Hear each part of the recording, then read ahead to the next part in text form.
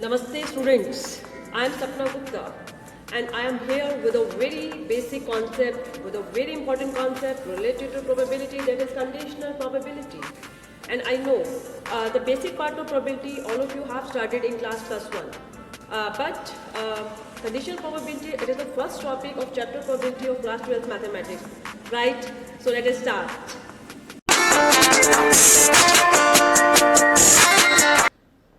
Okay students, now try to understand the concept of conditional probability. That is, what is the meaning of conditional probability?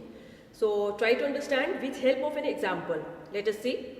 Let me have an experiment of throwing a dice. Okay, and हम सभी को पता है कि अगर dice को throw करते हैं तो उसका जो सैम्पल स्पेस है that will be 1, 2, 3, 4, 5, 6, right?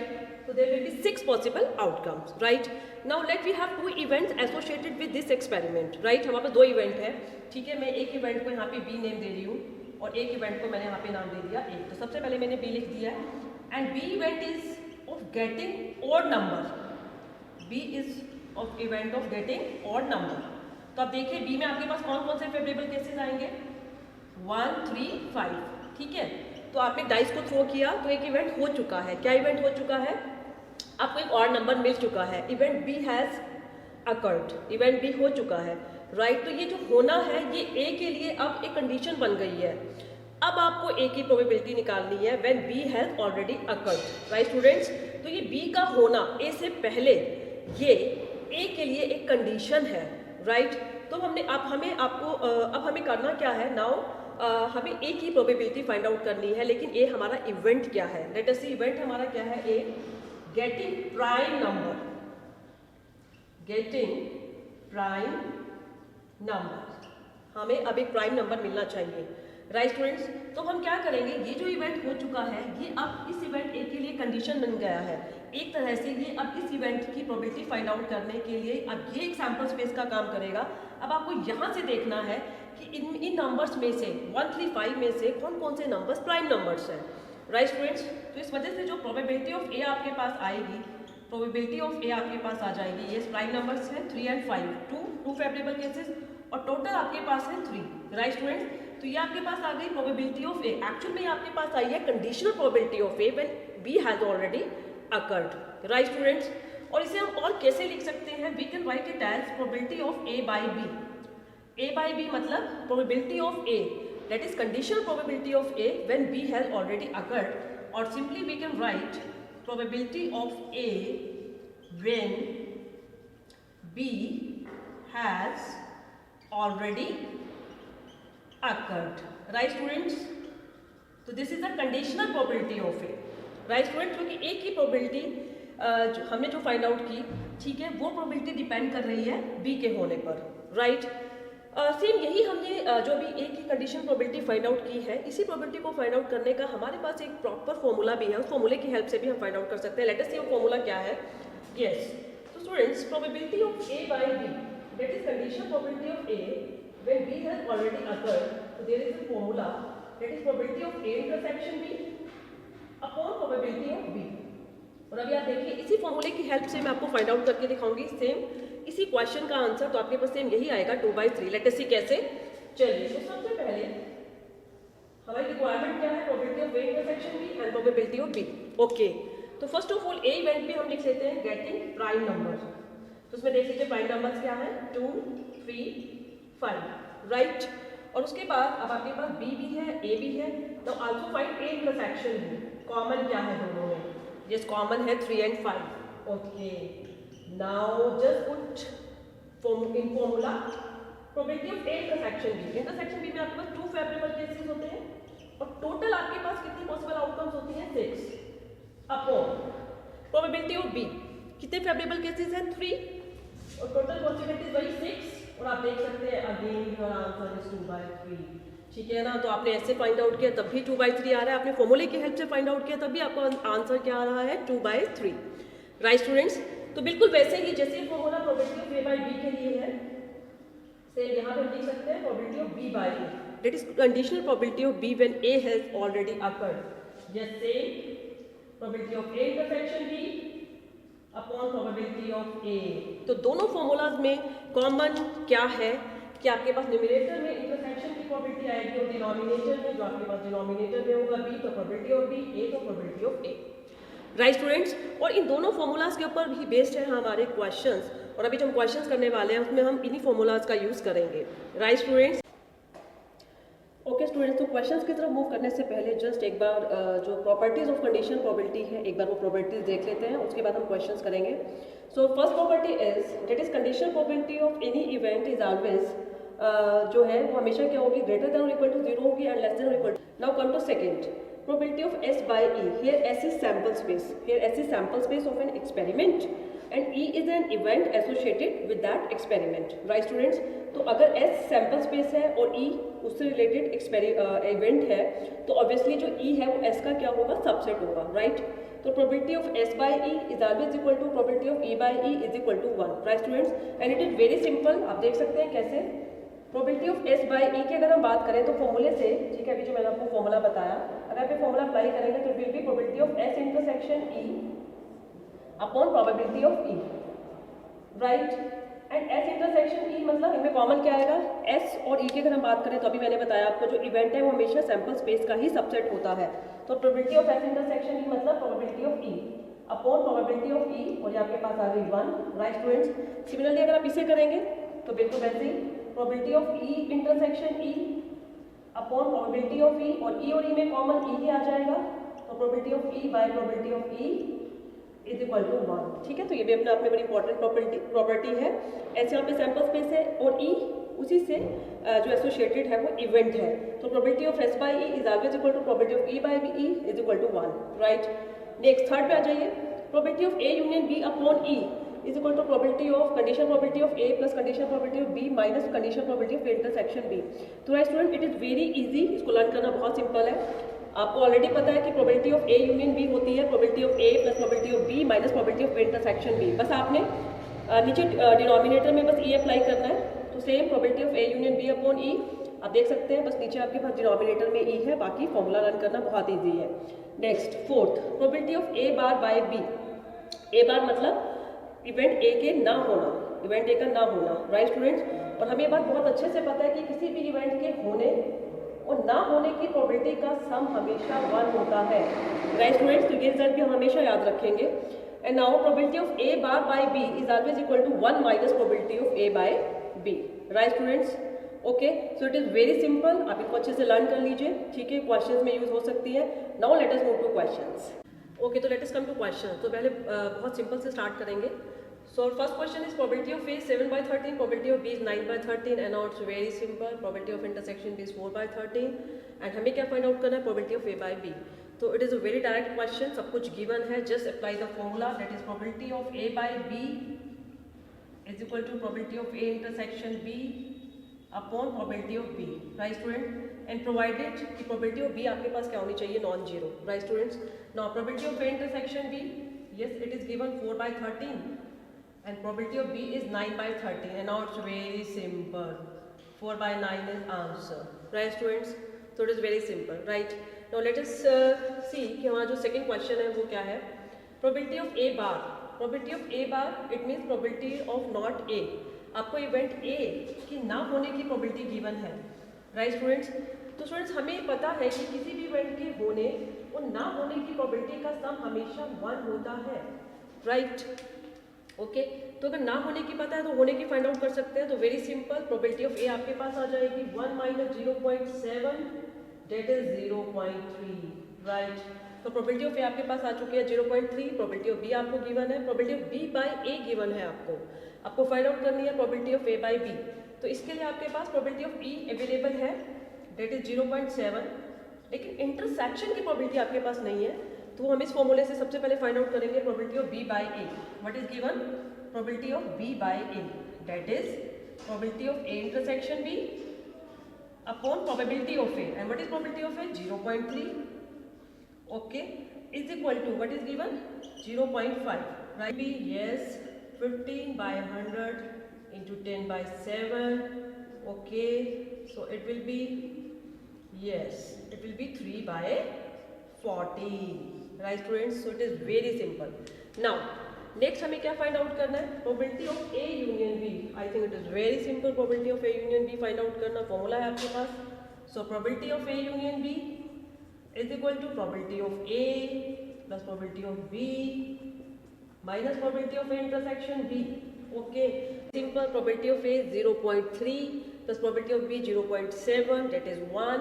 1 minus probability of A intersection B is 0.50, so it will be 0.85. So our answer will be 0.85. Right students, let us move further. Question is, a coin is tossed 3 times. एक coin को हमने 3 time toss किया, एक coin को 3 time toss करना या 3 coins को एक साथ थ्रो करना, it is same thing. Okay, then find probability of E by F. Here E and F are 2 events associated with this experiment, okay, of throwing a coin 3 times. और वो 2 events क्या है? E है heads on third toss and F है heads on first 2 tosses. तो first of all E में आपके पास कौन कौन सी पॉसिबिलिटीज आएंगी, लेट अस सी. आप एक काम भी कर सकते हैं, पहले सैम्पल स्पेस लिख लीजिए. अगर आप एक कॉइन को 3 टाइम्स थ्रो करते हैं तो आपके पास सैम्पल स्पेस में क्या क्या आएगा, या तो तीनों हेड, तीनों tail, head tail head. Okay, आप सबसे पहले हेड को तीनों प्लेसेस पे एक बार मूव कर दीजिए, head tail tail. Okay, tail head tail, tail tail head. ठीक है students, so it is a easy way. आप इस तरीके से अगर लिखेंगे तो आप कोई भी जो पॉसिबल केस है आप उसको नहीं स्किप कर सकते. तीनों हेड, तीनों टेल, हेड को तीनों प्लेसेस पे आपने मूव करा दिया, वैसे टेल को करा दीजिए. Tail head head, head tail head and head head tail. तो they will be total 8 possible outcomes. ठीक है, क्योंकि आपने 3 कॉइन्स को थ्रो किया है एंड वी नो अगर हम 3 कॉइन्स को थ्रो करते हैं तो पॉसिबल आउटकम्स 8 होते हैं.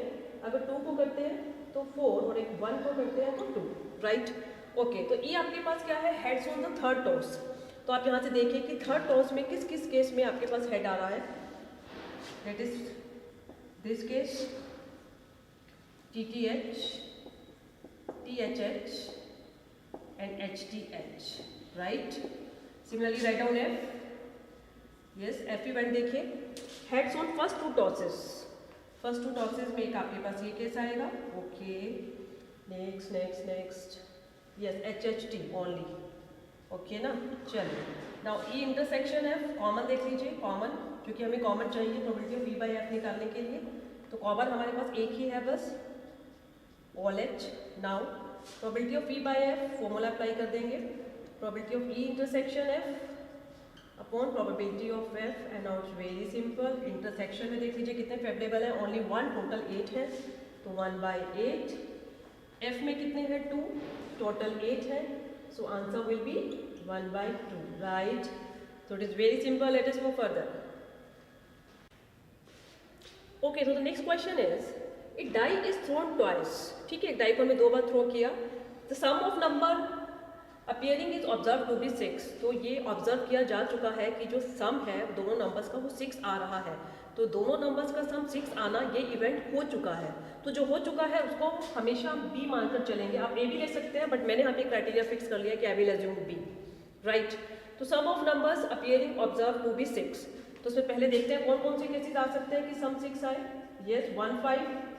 ओके, उसके बाद 2 4, 3 3. राइट. उसके बाद 4 2, नेक्स्ट 5 1. तो यही आपके पास पॉसिबल जो है आपके 5 केसेस बनेंगे. Right. Next, now what is the conditional probability. ठीक है, ये हो चुका है. Now you have to find the conditional probability that a number 4 has appeared at least once. अब आपको जो प्रोबेबिलिटी निकालनी है उसको मैं ए इवेंट मान लेती हूँ, और जो 4 नंबर है वो कम से कम एक बार नजर आना चाहिए. तो इसमें फेवरेबल केसेस आएंगे 4 1, 4 2, 4 3, 4 4, 4 5, 4 6. एंड स्टूडेंट्स ये जो आपको नजर आ रहा है 4 1, 4 2, 4 3, 4 5, इनका रिवर्स भी आ सकता है, क्योंकि आपने 2 बार फेंका है. हो सकता है पहली बारी में 4 आ जाए, दूसरी बारी में 1 आ जाए, या फर्स्ट टाइम में 1 आ जाए, सेकेंड टाइम में 4 आ जाए. तो इनका रिवर्स भी लिखेंगे, दैट इज 1 4, 2 4, 3 4, 5 4, 6 4. Right students. चलिए, अब हमें फाइंड आउट क्या करना है, हमें एक ही कंडीशन प्रोबेबिलिटी फाइंड आउट करनी है. इट मींस हमें फाइंड आउट करना है probability of A by B, that is probability of A intersection B upon probability of B. चलिए पहले इंटरसेक्शन फाइंड आउट कर लेते हैं, देख लेते हैं कि इसमें कॉमन आपके पास कौन कौन से केसेस बनते हैं. चलिए, तो इंटरसेक्शन की अगर मैं बात करूं, इंटरसेक्शन में आपके पास आएगा, यस लेट अस सी कौन कौन से, 4 2 4 कॉमन आएगा, 4 2 2 4 एंड 4 2 कॉमन होगा. चलिए now it is very simple, probability of intersection भी फेवरेबल 2 केसेस है, टोटल 36 होंगे, क्योंकि जब भी हम 2 टाइप को थ्रो करते हैं तो टोटल जो पॉसिबल जो हमारे केसेस कॉम्बिनेशन बनेंगे दो नंबर्स के, वो टोटल 36 बनेंगे। एंड प्रोबेबिलिटी ऑफ बी में आपके पास टोटल कितने हैं, 5 केसेस, तो 5/36, so answer will be 2/5, right? Let us move further. Okay, the next question is 10 cards numbered 1 through 10 are placed in a box. एक बॉक्स में 10 कार्ड्स हैं, उन पे नंबर्स हैं 1 to 10, मिक्सड अप थोरोली, ठीक है, उनको हमने मिक्स कर लिया है। And then 1 card is drawn randomly, एक कार्ड हम रैंडमली ड्रॉ करेंगे उस बॉक्स से जिसमें 10 कार्ड्स हैं और जिन पे नंबर्स हैं from 1 to 10। If it is non, if, ये जो इफ वर्ड आ जाता है इसका मतलब ये हो चुका है, it is condition. If it is known that a number on the card drawn is more than 3, it is given कि जो कार्ड आपने ड्रॉ किया उस पर जो नंबर है वो मोर देन 3 है, तो ये इवेंट हो चुका है। जो हो चुका है उसे हम बी एज्यूम कर लेते हैं, तो 3 से ग्रेटर नंबर आपको मिल चुका है, that is 4, 5, 6, 7, 8, 9, 10। This is B event में जो भी फेवरेबल केसेस है वो आएंगे आपके पास, जो हो चुका है उसे मैं हमेशा बी एज्यूम करती हूँ। Now what is the probability, अब आपको जो प्रोबेबिलिटी फाइंड आउट करनी है, what is the probability that it is an even number, उसको हम ए एज्यूम कर लेते हैं।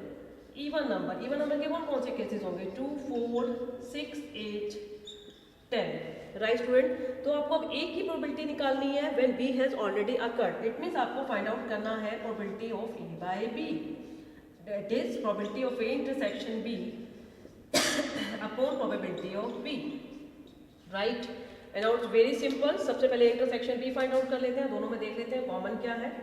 तो इंटरसेक्शन बी, यस, कॉमन आपके पास रहेगा, यस, 4, 6, 8 एंड 10। तो probability of intersection B will be favourable 4, total 10 है नंबर्स। बी में आपके पास 1, 2, 3, 4, 5, 6, 7, 7/10 एंड आंसर विल बी 4/7।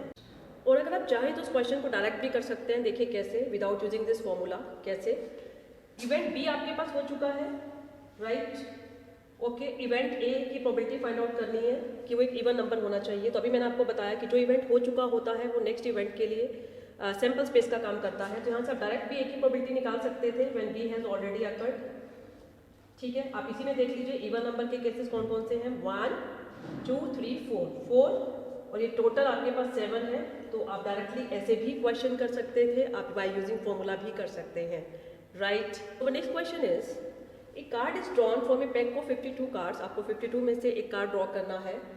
यहाँ पे 2 इवेंट्स हैं, A and F. E event है कि आप जो कार्ड ड्रॉ करोगे या तो किंग या क्वीन का होना चाहिए, और एफ इवेंट है या आप जो भी कार्ड ड्रॉ करोगे वो क्वीन या एस का होना चाहिए।